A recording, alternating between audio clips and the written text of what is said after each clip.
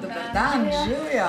In vas sem pa slišala, da se tukaj ukvarjate z vsemi stvarmi v povezavi z otroki. Na Zvezi prijateljev mladine se ukvarjamo z res veliko stvarmi. Otroški parlamenti jih poznata? Pa letovanja. Ste že bila kdaj z nami na letovanju? Nikoli. In kdaj boste šla? Letos? Mogoče. Vaja mogoče to zanima? Ali vaja zanima še kakšna druga stvar? Tom telefon imamo. Kaj pa sploh je Tom telefon? To vam bo pa povedala naša Zdenka. Tom telefon. Tom je kratica za telefon za otroke in mladostnike. V kakšnih primerih pa lahko otroci pokličemo? V bistvu je Tom namenjen vsem otrokom, res vsem, ne glede na to, kako vprašanje imajo, kakršnokoli stisko imajo, ker se nam zdi zelo pomembno, da lahko vprašate tudi kako hecno vprašanje, lahko nam povete tudi kak vic, tudi za kak recept se lahko pomenimo, ker vsako vprašanje vzamemo za res. A ste videli že kdaj razmišljala, da bi poklicala? Sta bila že v stiski?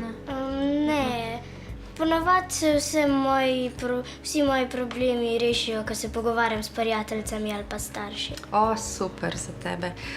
Nekateri otroci nimajo staršev ali pa prijateljic, ki bi se lahko pomenili z njimi, in za njih je zelo v redu, da lahko kam pokličejo, pa rešijo svoje težave.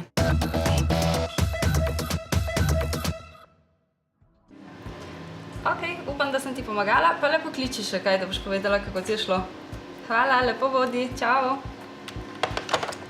Živjo. Živjo. A tole je bil klic na Tom telefon? Ja, to je bil klic na Tom telefon. Telefon kar zvoni že cel dan in otroci kar veliko kličejo. Mi dobimo približno 30 000 klicev na leto. Zakaj si se pa odločila za to delo?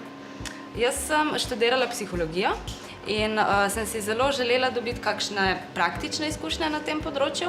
In ravno Tom telefon mi je v bistvu prvi prišel na misel, ker sva tudi midve s prijateljico, ko sva bile vajnih let, enkrat poklicale na Tom telefon, ko sva imele ene ljubezenske težave. Kako pa veste, a vas hecajo ali gre za res? Ja, včasih tega niti ne veš do konca klica. Včasih ti govori en otrok tako zelo resno zgodbo, pa se šele potem, ko odloži, slišiš v ozadju neko hihitanje. Ampak mi vse take klice vzamemo zelo resno, ne prekinemo, nismo nesramni in se ne hecamo nazaj. Še vedno jih poskusimo povabiti v pogovor. Če pa res ne gre, potem jim pa tudi prijazno razložimo, da je na zvezi mogoče še kdo, ki zdaj ne more nas poklicati, in se potem poslovimo.